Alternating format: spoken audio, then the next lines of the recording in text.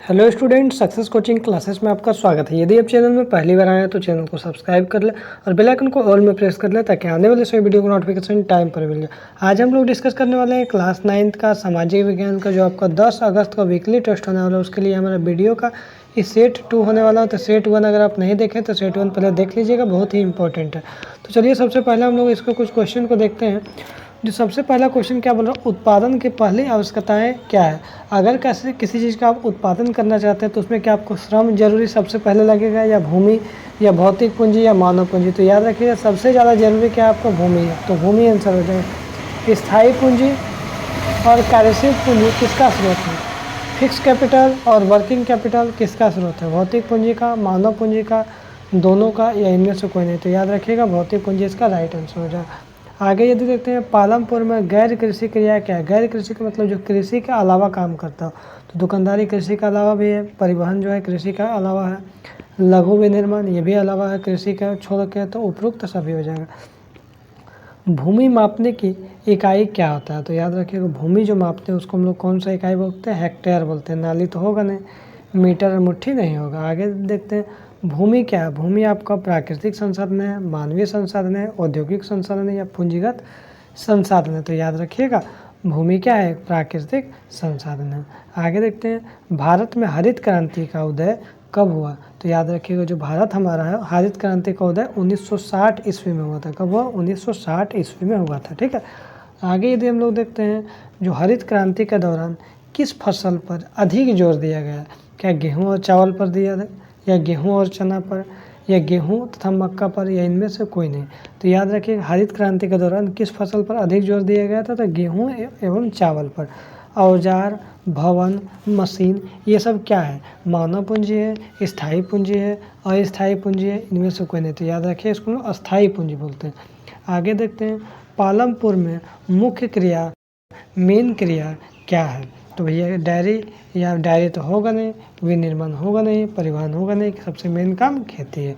आगे देखते हैं बोल रहा पालमपुर गांव में विभिन्न जातियों के कितने परिवार रहते थे। अलग अलग जाति के कितना परिवार रहते थे, 250, 450, 100 या 400। तो याद रखिएगा 450 परिवार रहते थे कुल।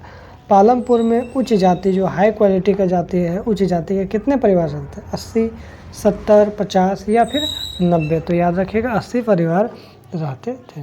आगे देखते हैं अगर पालमपुर जो है, पालमपुर का निकटतम जो कस्बा है, जो गांव है, वो कौन सा था, दुर्गापुर था, रायगंज था, शाहपुर था, या फिर मायापुर था। तो याद रखिएगा शाहपुर था। आगे देखते हैं रायगंज जो है, रायगंज जो है पालमपुर से कितने किलोमीटर का दूर था, 4 किलोमीटर, 3 किलोमीटर, 5 किलोमीटर, या फिर 6 किलोमीटर। तो याद रखिएगा 3 किलोमीटर दूरी पर था। पालमपुर में अनुसूचित जाति के लोगों की संख्या गांव की कुल संख्या का कितना तिहाई था। तो याद रखिए 1/3 था, मतलब 1/3 हो गया। आगे देखते हैं उत्पादन के विभिन्न साधन कौन कौन से हैं। तो उत्पादन के आपको विभिन्न साधन 4 है। सबसे पहले भूमि, हमें प्राकृतिक संसाधनों को शामिल किया जाता है, जैसे भूमि, वन, खनिज, जल। श्रम उसके बाद जरूरी है, लैंड के बाद क्या होता है, लेबर। इसके अंतर्गत काम करने वाला मजदूरों से या 2 प्रकार का हो सकता है, एक शारीरिक रूप से काम करने वाला और एक मानसिक रूप से काम करने वाला हो सकता है। तीसरा क्या चाहिए, पूंजी चाहिए। इसका अभिप्राय भौतिक पूंजी से, इसके अंतर्गत स्थिर पूंजी भी आ जाएगा और कार्यशील पूंजी भी आ जाएगा, जैसे औजार, मशीन, भवन, ये सब क्या हो जाएगा, लगाइएगा तो स्थिर पूंजी हो जाएगा। और कच्चा माल और नगद पैसा रखिएगा तो ये हमारा क्या हो जाएगा, कार्यशील पूंजी हो जाएगा। फिर मानव पूंजी भी चाहिए। मानव पूंजी के सबसे महत्वपूर्ण संसाधन माना गया है, क्योंकि मानव ही एक विवेक है जो भूमि, श्रम और पूंजी का उपयोग करता है। ठीक है।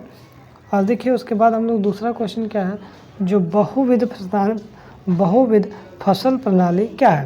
तो मतलब